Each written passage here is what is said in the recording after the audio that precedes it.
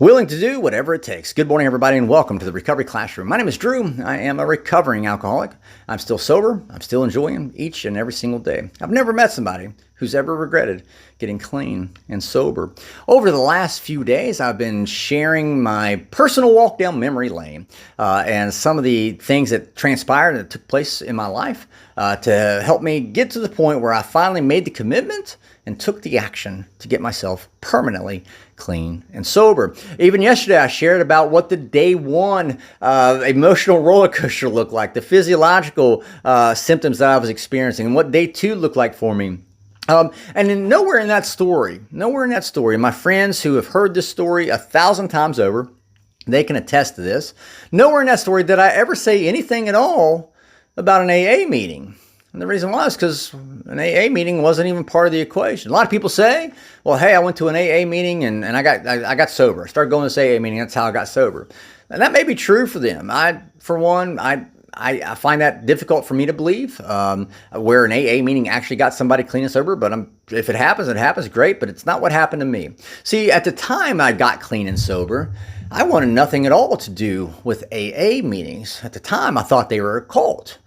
Some of the meetings around me here locally, that proved to be true, but that's not all meetings, and that's a whole nother topic for a whole nother day. I wanted nothing to do with AA meetings whenever I got clean and sober, and so I didn't go to them. I got myself clean and sober. And let me caveat that real quick before somebody has a coronary and has a meltdown and a panic attack. Yes, God aligned certain people in my life, and He allowed certain events to happen that propelled me or compelled me, motivated me to make the decision and to take action on the decision that I made. I made the decision to get myself clean and sober, and I took action to implement that decision that I made. Nobody else did it for me. Yes, there were people in my life to help propel me and move me in the right direction, yes. But I had to make the decision. I had to take the action. Think of the person that we've all heard in the rooms maybe where they relapsed, and we have to tell ourselves, look, I didn't make the decision for them to relapse. I didn't take the action and put the drink in their hand or pour the drink down their mouth. They had to take responsibility. Yes, that's 100% true, but if that is 100% true, which I believe it is, it's also just as true that I can't get you sober. I can't make the choice for you to get sober. I can't take the action for you to get you clean and sober. That's your responsibility. And so that's exactly what it was for me. I made the decision. I was sober, clean and sober, a couple weeks before I ever stepped foot back into an AA meeting. So that begs the question, how does AA, how is it involved with my personal recovery? Well, again, as I just said, I didn't want anything to do with AA, but I remember thinking this. Yes, I'm clean and sober. Yes, I made the decision. I took the action. I got myself clean and sober. But I started thinking, this is not sustainable. For me alone, it's not sustainable. I don't know how. I'm going to have to figure out a way to make sure I sustain this sobriety.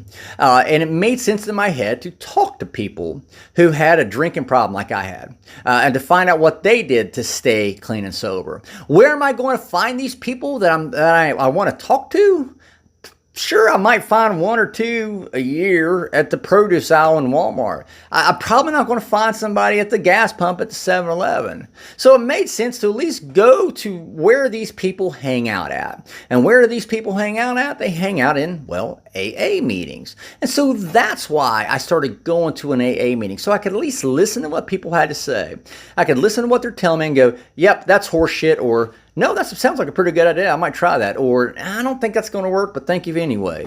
At least made sense to hear what they had to say. I could either, take it with me or leave it on the table and walk away from it. Didn't have it. I wasn't signing a membership card. And to this day, I've never intended to be a member of the Fellowship of Alcoholics Anonymous, and I just won't be. I won't ever be. Matter of fact, to this day, I don't go to AA meetings anymore. I stopped going to AA meetings a long time. The AA meetings, at least in my area, they're more interested in, your compliance rather than your recovery. They want to make sure that you recover the way that they want you to recover. And that's not what I'm here for. I'm here to help people find their own pathway. And if it's through AA program, absolutely, man, I can help you out. I would love to help you out. See, I work the AA program myself, not the program that other people wanted me to work, but I worked the AA program as it was written in the big book itself by Bill Wilson. If people want to work the AA program, I'm all ears, man. I can help them. If people want to work NA, I know friends of mine that can work the NA program. If people just want some of that support group without a pathway specific program,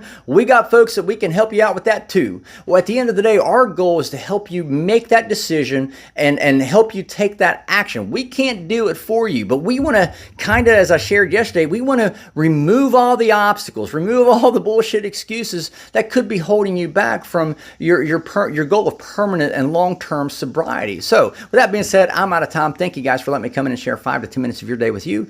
You guys absolutely keep me sober, and I cannot be any more appreciative. We'll be talking again soon, guys. Remember, you can't get drunk if you don't take that first drink.